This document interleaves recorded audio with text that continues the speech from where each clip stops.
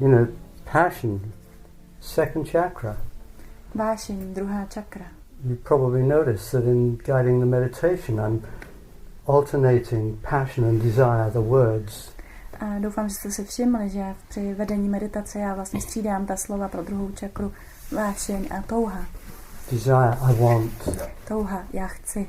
Just to say I want puts you in touch with passion if you really allow yourself to be there. A jenom to vyslovit vlastně ta slova já chci vás propojuje s vaší vášní, pokud si dovolíte tam být. And in the world we live in, we get very hooked on getting what we want. A v tom našem světě, v kterém teď žijeme, se velmi zaháčkováváme na to, aby jsme dostali to, co chceme. But that's not the point. Ale o to nejde. It's not about getting what you want. Nejde o to dostat to, co chcete. It's about living the passion of who you are. Jde o tu vášeň žít toho, kým jste. In a way, the healthiest way to live is to live totally passionately with no interest in whether you get what you want or don't get what you want.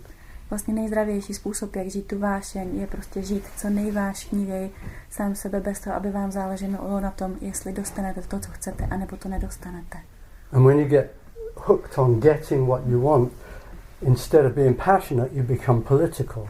A když se zaháčkujete na tom, že vám jde především o to, abyste dostali to, co chcete, než abyste prostě byli v té vášni, tak začnete být političtí a ne vášniví. Because you get busy trying to figure out how to get. Protože začnete být zaměstnáni tím, že se snažíte přijít na tom, jak to dostat. And the meditation is inviting you to let go of the trying to get and to discover your natural passion for life. A ta meditace vás zve k tomu, abyste se vzdali vlastně, abyste pustili to své lpění na tom dostat to, co chcete, abyste se odevzdali jenom té své přirozené vášni pro život.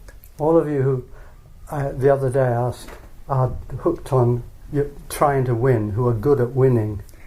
Tuhle, jak jsem se ptal, ti z vás, kteří vlastně vám záleží na tom, abyste vždycky vyhráli, třeba v hádce. You control in order to win. Že kontrolujete, abyste vyhráli. And control freaks are not allowed their passion. A těm bláznům v kontrole, těm není dovolena vášeň. Because they're in the politics of how to get what they want. Protože jsou vlastně v té politice, jak dostat to, co chtějí. And it applies to those of you who want to stay safe. A týká se to i těch z vás, kteří chtějí zůstat v bezpečí. Then you control everything in you so that you don't have to feel what you're afraid to feel.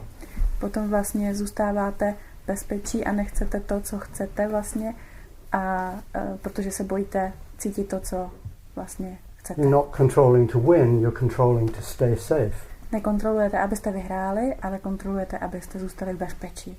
But the result is the same. You live a passionless life. Ale výsledek je ten samý. Žijete život bez vášně. Because all you're about is controlling. Protože všechno, co děláte, je vlastně o kontrole. And you know, I can say to you with a smile on my face, you don't know what you're missing. A můžu vám říct úsměvem na tváři, že nevíte, o co přicházíte. And what I do is seek to create the circumstances that you can discover what you're missing. A já se vlastně snažím vám vytvořit ty podmínky, abyste cítili, o co přicházíte. And that's the importance of these explorations that you're in now. A to je ta důležitost těch průzkumů, které teď děláte. They're a really fabulous opportunity to discover your passion. Jsou opravdu báječná příležitost pro vás, abyste objevili svou vášeň. To surrender your control obsession. Abyste pustili tu vaši posedlost kontrolou. And dare to drown in your passion. A troufli si utopit se ve své vášni. I say drown, it could be explode. Říkám utopit se, ale může to být i exploze. It's what happens when you go from the safe controlled state into the place that you're afraid to be in. Je to prostě to, co se stane, když přejdete z toho svého bezpečného, kontrolovaného prostoru do toho místa, kde prostě jste. And you dare to play there alive. A troufnete si hrát si tam v živosti. Out of dead safe into a live passionate. Z toho mrtvého, bezpečného do toho živého, vášnivého. All you need is your courage. Cokoliv, co potřebuješ, je tvá odvaha.